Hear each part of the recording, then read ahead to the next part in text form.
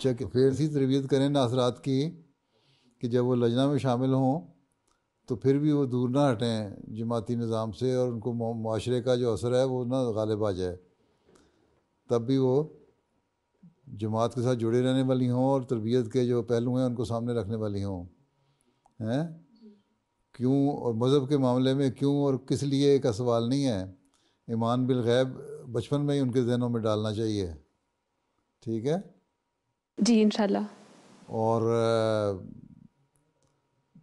इस तरह उनकी तरबियत करें कि बड़े होकर भी वो जमात का एक फ़ाल हिस्सा बन सकें। ये नहीं कि उसमें से आधी छट के तो किसी और तरफ चल पड़े हैं।